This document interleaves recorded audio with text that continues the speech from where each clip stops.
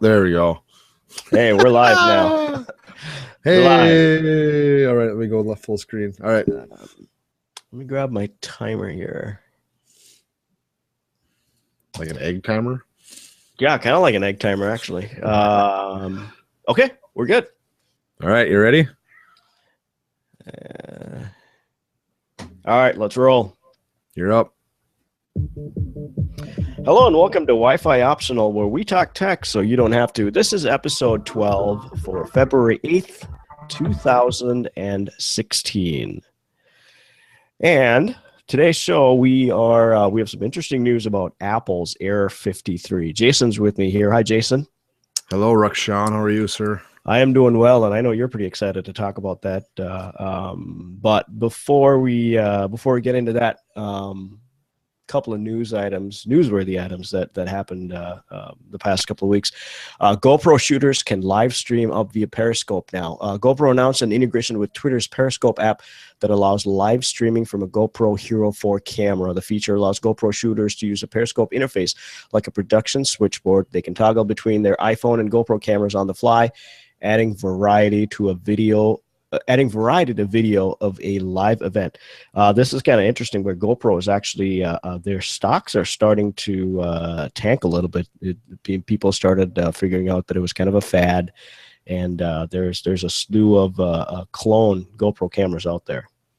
Yeah, and it's kind of interesting because Twitter's kind of the same boat. I know they're kind of plateaued out. I heard they have enough money to run for like 412 years, but apparently it's just like everything in the tech world today. There's a lot of things Apple we'll get to later, but they seem to be investors are just seeing not an upward trend with these companies anymore. So two of these companies getting together on something like this and trying to do something different. And the cool thing about this is, you know, it'd be the first time that you could do a Periscope without actually having to have the device that's recording send it. So you could have kind of almost a third person point of view instead of, you know, directly being the one holding the camera. So should be interesting how this turns out, but it'll be definitely something good for both companies. I just don't know how good for each one. Right. Exactly. In a second article, looking like Google is adding peer-to-peer connections to Hangouts. So Google is rolling out a new tweak to their Google Hangouts that should make your calls to your friends sound a little bit better. The Google Hangout support page says to improve audio quality and video quality, Hangout calls use direct peer-to-peer connection when possible. This allows Hangouts to be more efficient and route your calls directly to the person you're talking to rather than connecting through one of Google's servers. This is really interesting because we run into things with this. Recording, yes, exactly. Recording this show.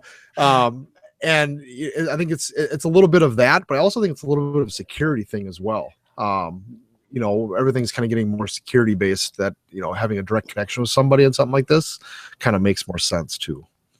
Yeah, they're kind of getting rid of the whole hub and spoke model where every person that's on a Hangout call connects to a central server, and that central server does all the processing and then kind of spits it back out type thing. So yeah, exactly like you said, there's two main things that can happen. One is the latency issue, where no matter where you are, so I could be in Texas and then you could be in Florida, but then our call would route through some server in Nebraska. Right, exactly. So that latency, and it's not so much of an issue if it's just a simple voice call, but when we're trying to pack video and a multimedia video conference, it certainly does make a difference. And exactly like you said, security. Now there's still security concerns, but it becomes far less complex because now it's a one-to-one security issue versus you're eliminating that hub, which now becomes you had a triangle of sorts where you had to tackle a security breach, but now it's going to be a lot easier. And I think this only applies to direct Google connections, correct me if I'm wrong, but because on live things like we do for the podcast and a lot of other people use for broadcasting live, I don't see how that would function without going through the middleman. Correct. You're right. This so far is just for Google Hangout, direct Google Hangout calls, but I have a sneaky suspicion that this is just their version, their phase one, so to speak. They're going to launch this. They're going to try and start tweaking it, and who knows? Maybe they're going to, release it out to a like a live hangout. Also, in others, speaking of data, SSDs can lose data in as little as 7 days without power. SSDs are solid-state drives, have a number of advantages over conventional hard drives. They draw less power. They have massively fast read and write speeds and are rapidly coming down in price. The one downside of SSDs, however, is long-term data retention. The timelines aren't likely to make much of a difference to consumers who keep devices in daily use, but they do matter in long-term and outside client usage scenarios. Basically, it's an article that we found on Extreme Tech. They had a couple of graphs that said if you expose a solid-state drive, unplugged, no power, to extreme conditions, those actually could lose data in as little as 7 days. Again, in extreme conditions, which we were talking about this before the show. We were just chit-chatting, and SSDs seem to be the next best thing, and everybody's switching to them. But there are still some disadvantages to going solid state versus a mechanical spinning drive. And that's kind of scary for something that's like you said, the longevity of them is kind of what's always been a scary thing. And to have something where, you know, not just reading or writing can cause the longevity to be an issue. You know, if let's say I don't know what extreme, you know, refers to, you know, they don't really specify that, but let's say you had it in a laptop and you went on, you know, you traveled to Europe for 2 months and it sat in, you know, not a sub temperature, but a colder storage place or some sort, you know, could all your data be corrupted when you come back? I mean, it's one of those things you just really don't know. And, you know, it's not something that everybody just stores things and keeps a hard drive just sitting around, you know, in a non-secure place very often, where it would be something you'd run into often, but, you know, in that time it would probably be a pain in the butt if you ran into it. Right, exactly. And best scenario, like I'm sure you have too. I have a couple of old Windows 95 machines that are sitting in my garage. There's really no data in them, just a blank OS. But they've been sitting in my garage for probably 4 or 5 years now. You know, and with out in the summer, it's getting hot. In the winter, when it's cold. But I can almost guarantee you, I can go out there, pull one of those drives, plug it in, and I can still read the data. But you know, SSDs might be a different story. So staying on the topic of computers, AMD has unveiled its world's first 5 gigahertz CPU. AMD has announced their first commercially available CPU to hit 5 gigahertz. That's with the standard heatsink and fan. Other people have done it with some super cooled modifications, but the FX9, or excuse me, 9590. Before you get too excited, though, you should be warned that AMD, as usual, when it comes to performance, isn't being entirely honest about the FX's 5 gigahertz claim to fame. 5 gigahertz is the chipset's turbo core speed, not the base clock speed. AMD hasn't even announced the base clock speed of this, leaving us to guess. It's probably around the 4.3 range. In reality, 5 gigahertz will probably only be obtained when there's plenty of thermal. Apparently, I can't read this very well. But there's plenty of thermal overhead, and not for extended periods of time. So, you know, when it comes down to it, I know my computer has this in it. I have a i7 in mine, and I believe it is a 2.3, but I can get up to 2.7 at times. So, you know, they're reporting the high end. You know, and my computer runs at 2.7. You know, I'd probably say 5% of the time when I'm editing video or I'm playing a game or something like that. So, something that runs at 5 gigahertz. You know, that's like saying a car can drive, you know, 160 miles an hour, but how many times are you going to be driving 160 miles an hour? Exactly the thing. I mean, there's and we see this right now in marketing. There's so many i3, i5, i7, you know, computers, notebooks out there, but they're severely underpowered. But people still buy it because only a very small percentage of those people that buy those machines are actually going to use it to their full potential. How many of those are actually going to do professional video or 4K video recording? You know. No, exactly. And let me scroll down here, and which actually brings us to drum roll, the the story that we all wanted to, the story you all wanted to talk about, the iPhone Air 53. So if you are a lucky individual that has an iPhone 6, Our recommendation is possibly not upgrading to iOS 9.1.2, I believe, is the latest and greatest, where you do run a risk of getting what is known as an error 53 during the update. And then if you do get the error 53, you at this point in time, there really is no recourse with the exception of replacing your phone with a new one, and at a modest fee. Yes, but this comes only if you actually physically swap out the touch sensor from a non and quote unquote authorized dealer. And there's also reports of people that haven't really swapped anything, but they've dropped their phone possibly, and they've broken a little piece, but the phone itself functioned fine until they upgraded to the latest version, 9.1.2, I believe, or 9.2.1. Don't quote me on it. We'll try and put it on the show notes. It's basically a handshake that they're doing between the touch sensor and the phone, because I'm not sure if it's stored in there or where it is, but the fingerprint data is kept somewhere or passed through somewhere with the reader itself. It's not just transmitted to the phone. So at that point in time, what happens is you could do a man-in-the-middle attack and put some kind of piece of circuitry. If you put a different touch screen in or something, or a fingerprint reader in between, you could technically do a man-in-the-middle attack and steal fingerprints. I've even heard card data, things like that, that's used for the fingerprint reader on the phone. So that's what Apple's claim is. But a lot of the whistleblowers and things on Apple are just trying to say it's a way to stop people from cheaply fixing their device or going about means other than going through Apple. But I guess you could fight either side of the story. I guess that's why we're here. So to shed a little more light, if you're not too familiar with this whole Error 53 thing, what happened was if you have an iPhone 6 and if you broke your fingerprint reader, your thumbprint reader, and then you went to a non-Apple certified repair location, John's iPhone Repair, and they happen to replace it with a different reader.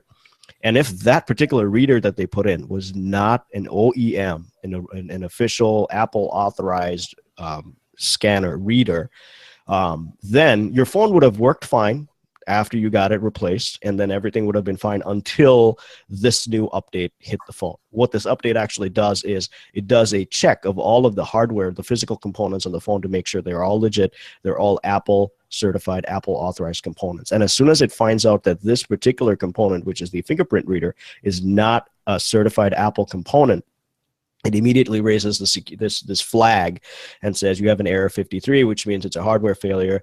At this point in time, there really is no fix, with the exception of replacing the device.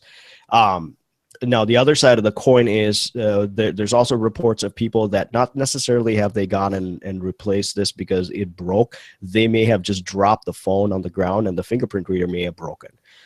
They've used the phone perfectly fine without having to use a fingerprint reader. They'll use a PIN or a number or whatever it is. But then this update hit, and all of a sudden the thing goes, a fingerprint reader is not working. I can't verify it. Error 53. That's great. The issue that I have, and I think a lot of people are on the same wavelength, is, okay, so you found a non-compliant piece of hardware. Great. I shouldn't say great. Okay, I can accept that. Lock my phone and say, guess what?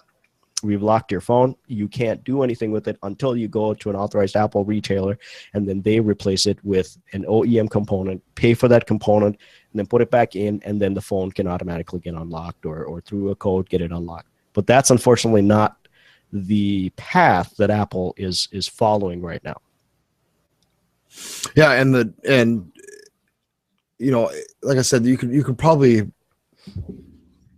argue this both ways, but how it came up, and I can't find the actual article. It might have been from the Guardian where we got this article from, but how this actually came to fruition is one of their a reporter was in Afghanistan or somewhere over there, and he ended up breaking his phone, taking it somewhere to get fixed, which I would beg you to try to find a Apple certified repair shop in Afghanistan, and got it fixed so he could have his phone working. And then I think it either updated OTA or he updated it later on when he was over there, and now he's stuck in Afghanistan without a working phone. And that's the kind other of thing I think is he lost a whole lot of images, a lot of pictures that he took while he was on assignment. While he was either, I don't know if he had audio footage or if he had video footage or pictures or whatever, but all of his data was on that phone, which is now gone. Yeah, and the part I don't get about the whole thing is I it's nice of Apple to say, hey, we're going to swap this out, but I don't get how there's no way to verify your identity on this at all so that they could eventually unlock it. That's right. So what does this do? Does when that Error 53 comes in, does that mean that the system already sent is it the proverbial kill pill? Did it actually wipe the EEPROM, and then all of a sudden it goes, hey, your flash is blank, there's nothing in there, and then now go get a new phone? I mean, I don't know how they would, or what would spark them to go, oh, we're just going to wipe your phone completely without putting some kind of a fail-safe in it. From what I understand, it doesn't wipe it. It's more of I think you can think of it as if you put the passcode in too many times on your phone, where it basically just locks it out. But it's not the kind where you can, well, that kind of happens, you can reflash to, you can, we're going to call it restore back to an older version. This just completely locks the phone out, completely, where it's not, I don't think the information's gone, it's just locked away in the phone. And it's all security reasons, but like I said, it's still just seems odd that there's no way they could verify that it would be. And I'm not quite sure. Like I said, the part I don't understand is where the touch ID information is stored, because I don't understand how this would be that big of a man-in-the-middle attack if the IDs weren't stored in some kind of chip on the actual reader itself. Because what I understand is what they think is if you would take, let's say I stole your iPhone, Rock, and I take my iPhone with my fingerprint reader, put it in there, there's some way that I could unlock your iPhone with my fingerprint reader or use your Apple Pay with my fingerprint reader. That's what I understand. There's why there's kind of a thing here. Or, putting a piece of, like we said, a piece of hardware in between that kind of does a spoofing. But I still don't get how they couldn't verify that after the fact and fix the issue instead of swapping a phone out completely. That just seems kind of absurd. Right, exactly. That's where I'm going with this too. And it's like, okay, fine. So you found a problem. I'll give them that, but then put a stop to it, find a fix, and then release it. It's no different than if Apple made a car and then the alternator goes out, and I go to John's auto mechanic and put a new alternator. All of a sudden, Apple goes, "Oh, sorry, can't start your car anymore because you put an alternator that's not Apple's. So you got to buy a new car." Well, sorry, that's not gonna. That's I don't know if I'm okay with that.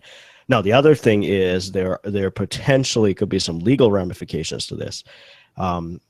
The word is that there is a potential class action lawsuit in the works. There is a law firm here in the U.S. that is, I guess, collecting names from anybody that is affected, and they're willing to represent all of those individuals and open a case. Also in England, apparently there is a clause that says that you cannot willfully destroy a product so as not to allow the user to use it anymore if you sold it to them. So this goes against that rule as well. So it's still pretty new. Oh, actually, I shouldn't say it's pretty new. I think this started late 2015 is when we first started seeing it, but it wasn't very widespread. But now it's going out it's going out like gangbusters. So man, there's just more reports of it, so it's just kind of starting to become more of a snowball issue. And then it's iPhone 6 so far. It's 6. If you have anything in the 5 variety or lower, or 5 variety, iPhone 5 or lower, you should be okay. But this is 6 and up. 6 seems to be the most vulnerable at this point in time. Well, like we were talking before the show, I just swapped out a friend's 6S screen. And to make a long story short, the old ones, the cable that ran to the touch sensor went to a different part that was actually swapped out when you swapped the pieces out. But now it actually runs through the touchscreen. So when I swapped hers out, was about a day after the story broke, and I had kind of a little bit of shaky hands moment, going, "Oh, this is not a good situation where I don't know if this is going to turn back on or brick itself when she updates it." But everything's fine so far, so I'm hoping that it's just the actual sensor and not the cable itself. So I guess we'll see what happens. But just leave it on version 8. Yeah, right. No updates. Staying on the topic of security, we have another interesting story where the University of Central Florida has been hacked, which is always a scary thing when you think about having 63,000 social security numbers just floating in the wild.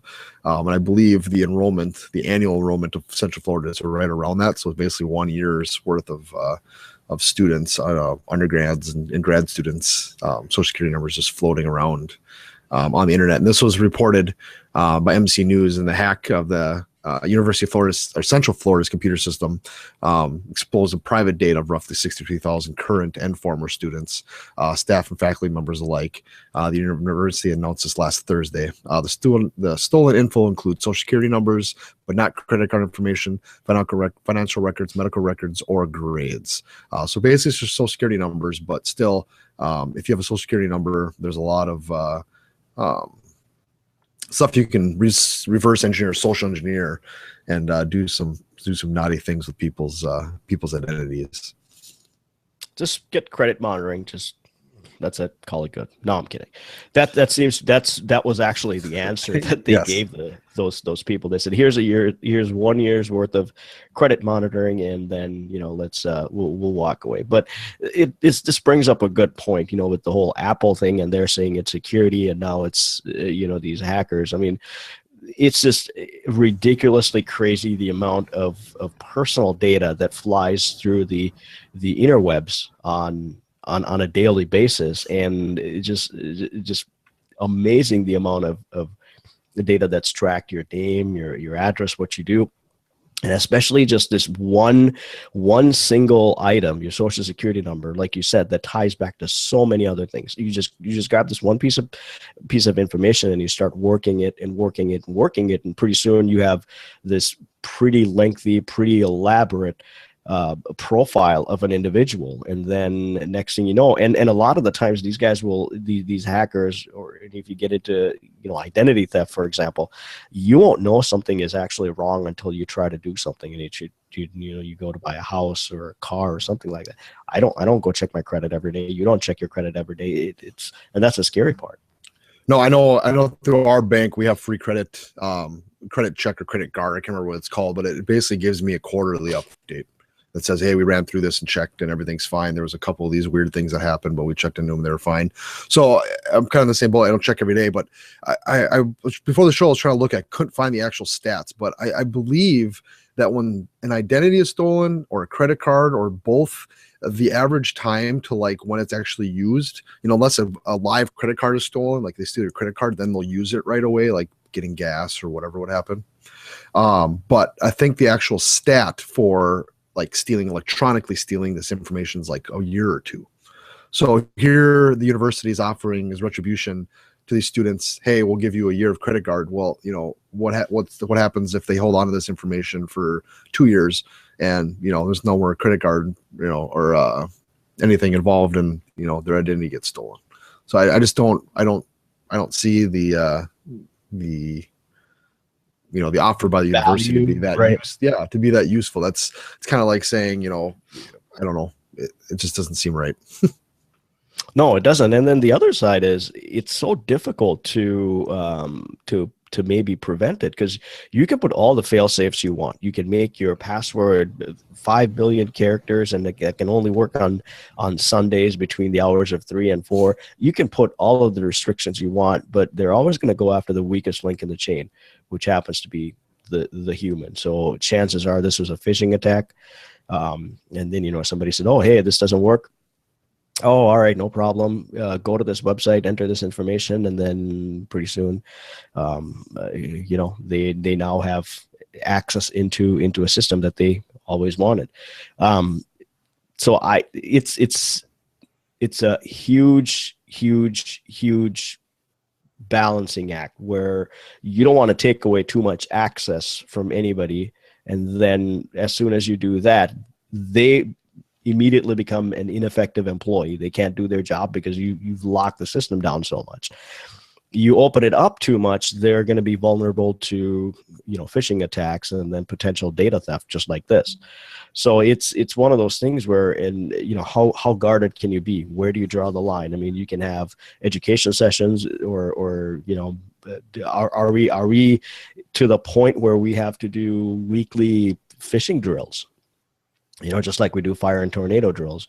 Do we have to do a phishing drill? How are we going to handle this? Is this legit? I know the company that I work for, they do mock phishing exercises. They don't tell the employees. They'll just randomly pick a bunch of employees and send out a phishing email that was generated by the company to see how many people would answer it. And it's not that we don't do that to try and figure out who's There's no pink slips that come afterwards. No. But it's just one of those things where we try to educate, and then it's like, okay, fine. And even if you do fall for it, know what to do afterwards. Oh, okay, it asks you for your username and password into the master system. Go change your password right after that. So how can you come out of a situation if you do happen to fall in? So it's a tough game to play, but I don't know how much easier it's going to be. I mean, we're going to have to keep our guard up, and it's going to get worse, I think. Well, we talked about it last week, but it just comes down. We're in this fine balance where we are now. Technology it's always that balance of security versus convenience, and like you said, it doesn't matter how long a password you use and things like that, but what it comes down to is it still does. And phishing schemes and things like that are out there, but it's when people get comfortable and people get lax with things that this kind of stuff happens. And like you said, it's going to come down to education. It's going to come down to just changing your habits. You know what I mean? I mean, look at even down to the credit card companies, in the United States. Europe was way ahead of us with the chip and pin thing. It's a pain in the butt. It's one more step. They have to slide your card in, have the pin, do all that kind of stuff. But is that worth not having, a Target incident like we had a couple years ago where everybody's information was stolen? So it's just that finding that balance of convenience and security that really comes down to. Speaking of which, I have a really quick story to share. I was at Target the other day, and I actually used my bank moved over to the chip and pin format, so we all have new cards. I was buying something, and I plugged in my card, and I was probably having one of those senior citizen moments, and I couldn't remember my PIN. I thought it was the right PIN, and I punched it in, and it said your incorrect PIN. I was like, oh. So now I'm starting to doubt myself. And then so I punch in a different PIN, and it immediately said, nope, invalid PIN. Contact your bank. And then it immediately it gave me 2 tries, and then it locked my card out. Wow. Which is it's a hassle for me, because now I got to contact the bank, which they were really good, and I'm assuming they're going to see a flood of that come through. But at the same time, if somebody were to steal it, that's actually not bad. 2 tries and 2 tries and you're out. Well, that's really good. I know we have that card, and I have 2 cards now that have the chip and pin. And the same thing happened to me the first time. When you first set up your card, they ask you to set up that pin. Well, the next time I used it was 2 weeks later, and I had the same moment where I think I put it in wrong once. So I never got to the 3rd time like you did, but I know I put it in wrong the first time as well. But no, I think that's what it's going to come down to, is just, I mean, there's so many tools out there that people don't use. I know for one of my Google accounts, I have 2 Google accounts. I kind of have one for spam and one that I have for my, personal information. If I'm applying for a job or doing something like that, I always use that one. But my spam one, I have 2-factor authentication set up. Actually, I'm set up on both, but I only had it on one for a while. But like two-factor authentication, things like that people just don't want to do because it's just that extra step on your day-to-day life that you don't want to, mess with. But when it comes down to it, you got to think of it as that extra step that's going to save you from having to spend a year and a half of digging out of a credit hole or trying to explain why you didn't apply for a loan down in Bermuda or something. So but things like that. But speaking of getting a little off subject, but speaking of Target, my little automatic that we talked about last week. It's really interesting. So there's two ways that this review can go. One is taking for what it is. It's awesome. It tells you how much fuel you consume, tells you how much you drive, like shows your whole trip on a map. Excuse me.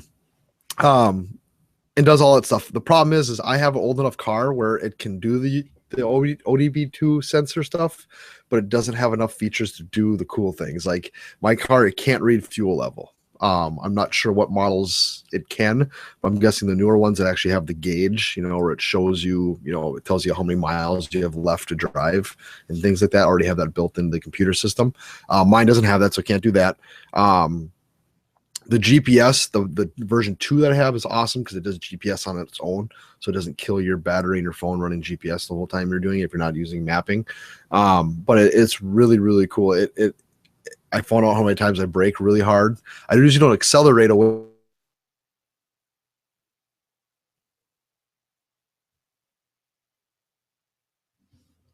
Are we having a repeat moment of last week?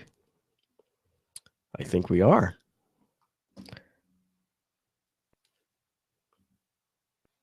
I'm going to see if I can get Jason back on, but the event we can't. We're already 10 minutes past our allotted time, which was about 20 minutes. So we're going to give Jason about a minute or so. Hopefully Jason can join back in, but until we get him, just wanted to throw out a big shout out to Purple Planet for providing the music for today's show. You can check them out at purple-planet.com. Thank you very much. If you are watching, please do subscribe. It should be right down there. We are Wi-Fi Optional on Twitter and on Facebook. We're Facebook/Wi-Fi Optional, and our website is always wifioptional.com. Thank you again for watching, and